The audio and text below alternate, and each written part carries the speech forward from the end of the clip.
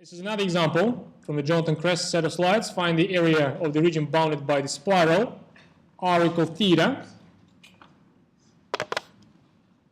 It's spiral r equal theta. When something is given in the polar coordinates, again, the substitution is suggested to you by the question itself. You don't have to make a big search for which one will work better for you. Here again, the polar substitution will do the job. Look at this.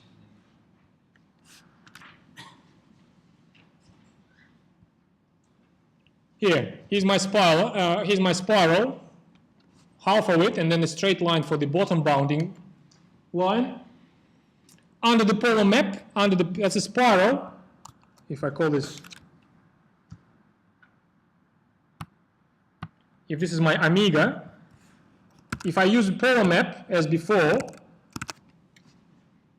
this spiral, unlike the quarter of the disk, an example before, where we could describe this quarter in terms of xy. Let me just go back quickly.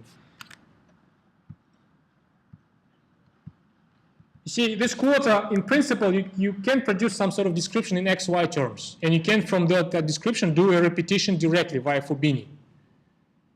Although, of course, this rectangle, which is a pre-image on the polar map, it looks a lot better, just two constant inequalities. In the second example with the spiral, you can't even make something like this. I can't imagine how could possibly you do something like this. Even description of the domain, you no longer have the description of the domain in xy terms anymore. The theta r terms is the only terms which are available to you, so the polar substitution is a very natural choice in that case. So my domain omega in polar terms is just this one.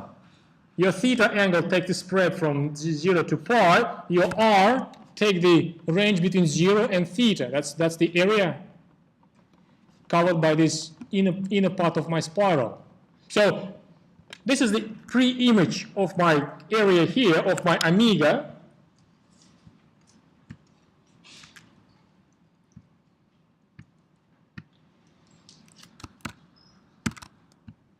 This is the pre-image of my omega in the r theta plane. This is r, this is theta. So you see the pre-image of this area under the spiral in the xy plane is this triangle like that. It's no longer as good as the upright rectangle for Fubini, but still it's very good for Fubini. Upright rectangles is a very good choice for Fubini.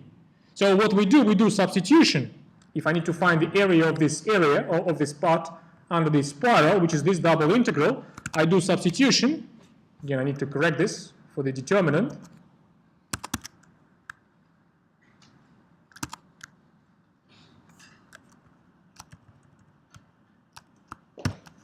I need to correct this for the determinant.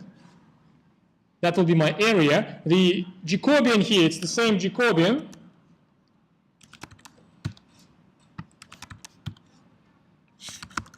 It's the same Jacobian r as before because we're dealing with the polar substitution. So that's what we do in the polar plane. This is the repetition of my triangle by Fubini. And this is the Jacobian.